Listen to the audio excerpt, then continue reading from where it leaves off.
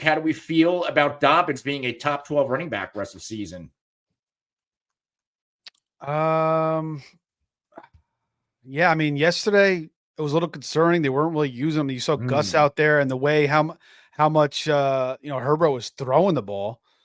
But yeah, I mean, it's possible. It's going to be a little hard because he's not really like explosive, but every once in a while, like Dobbins will break these big runs.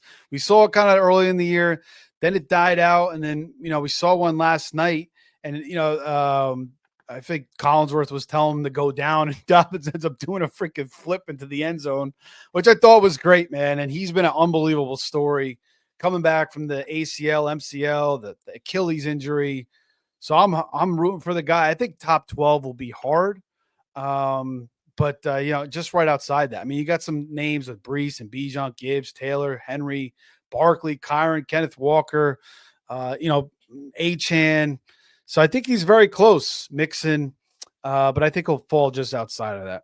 Yeah, he's a top 15 running back going into last night. Those stats aren't generated yet in Fantasy Pros, which is where I'm looking from like a fantasy leaders standpoint. But Dobbins did have 18.9, so maybe he's in that top 14 range going. Once they tally everything up, doesn't bring a lot as a receiver out of the backfield. So this is pure touchdowns and yards. He is averaging 18.3 touches per game.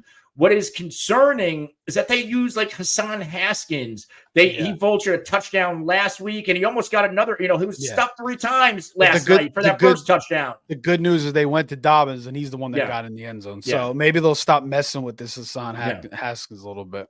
But, Dobbins, 71 offensive snaps, Gus 17, Haskins 10. So Dobbins is dominating the snaps. In fact, last week, Gus Edwards' first game back was 67-25. So Gus actually played fewer snaps. So I think this team knows J.K. Dobbins is their guy. But I think top 12 is a lot. I think he's more of a top 16 is a more reasonable projection. He's tied for third in touchdowns, rushing touchdowns now.